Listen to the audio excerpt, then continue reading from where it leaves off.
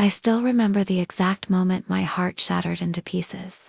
I was standing in my parents' living room, the same room where we used to celebrate birthdays and holidays together. My mother looked at me with cold eyes and said the words I'll never forget, "Emily, we've decided you're not invited to your sister's wedding. It's better this way." Just like that. No explanation. No softness. Just a door slammed shut on years of me being the reliable daughter. My name is Emily. And for as long as I can remember, I've been the one holding this family together. While my younger sister, Sophia, chased her dreams and lived freely, I worked 2 jobs through college, built a successful career in finance, and quietly helped my parents whenever money got tight. I never asked for thanks. I thought that's what family does. But that day I learned how wrong I was. The wedding was supposed to be the biggest event our family had ever seen. Sophia had always been the golden child, beautiful, outgoing, the one everyone adored. I was the quiet one in the background, making sure everything ran smoothly. I had even offered to help pay for part of the wedding because I knew my parents were struggling. But instead of gratitude, I got exclusion. "Why?" I whispered, my voice barely holding together. My father wouldn't even look at me. My mother just sighed and said, "Sophia wants her special day to be perfect." There are some people from her fiancé's side who, well, it's complicated. We don't want any tension from me. The daughter who had lent them money for their car last year. The one who drove my mother to every doctor's appointment. I felt tears burning in my eyes, but I refused to let them fall in front of them. I simply nodded, turned around, and walked out of that house with my dignity barely intact. That night I sat alone in my apartment, staring at the beautiful bridesmaid dress I had already bought. The rejection cut deeper than I could describe.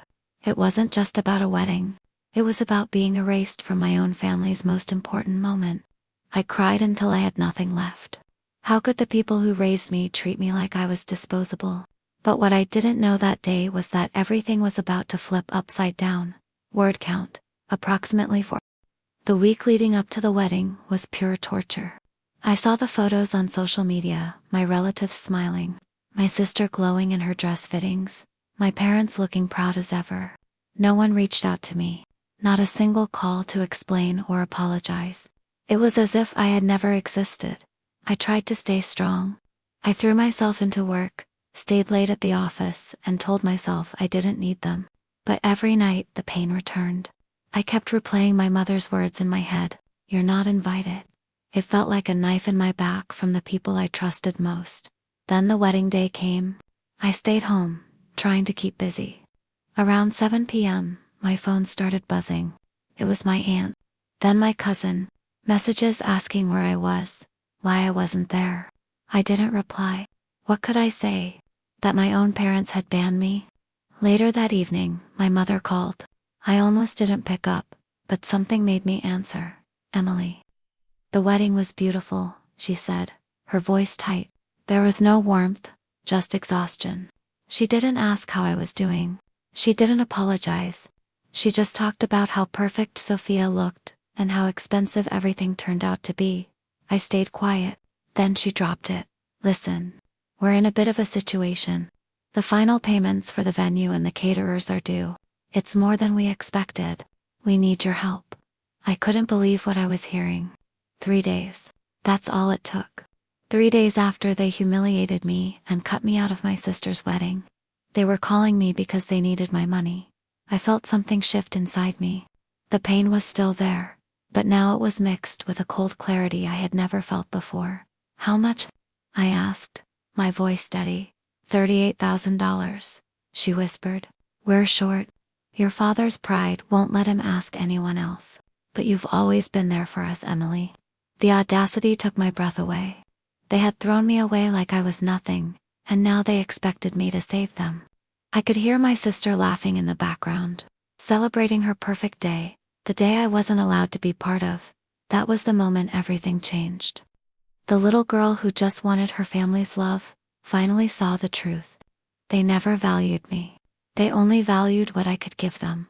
I told my mother I needed time to think and hung up. For the first time in my life, I didn't immediately say yes. I sat with the pain, the betrayal, and the anger. And slowly, a new feeling grew. Strength. Word count. Approximately 5. The next morning I drove to my parents' house. They were waiting for me with hopeful faces, thinking I had come to rescue them like I always did.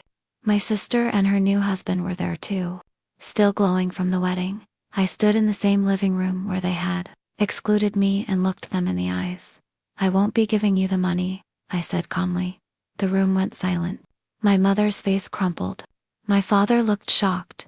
Sophia stared at me like I had betrayed them. "But you always help us," my mother whispered. "I did," I replied. "Until you made it clear I wasn't part of this family. You chose to celebrate without me. You chose to humiliate me. And now you only remember I exist when you need my wallet." I laid out the truth I had been carrying for years, how I had quietly supported them, how I had been pushed aside again and again for Sophia, how their love had always come with conditions. For the first time, I didn't soften my words with understanding. I let them feel the weight of what they had done. My father tried to argue. My sister cried and called me selfish. But I stood firm.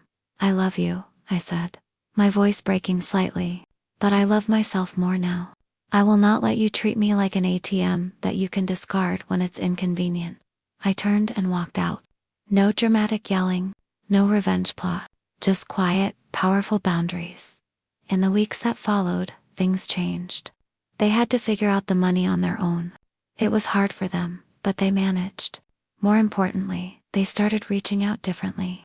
Small messages, careful apologies. My mother even admitted one evening that they had taken me for granted. I didn't rush back to being their safety net. I protected my peace. I focused on my own life, my own happiness. And slowly, some relationships began to heal, but only because I refused to be used again. Looking back now, that betrayal was the hardest thing I ever went through, but it became my greatest turning point. It taught me that family isn't just blood, it's respect. It's love without conditions.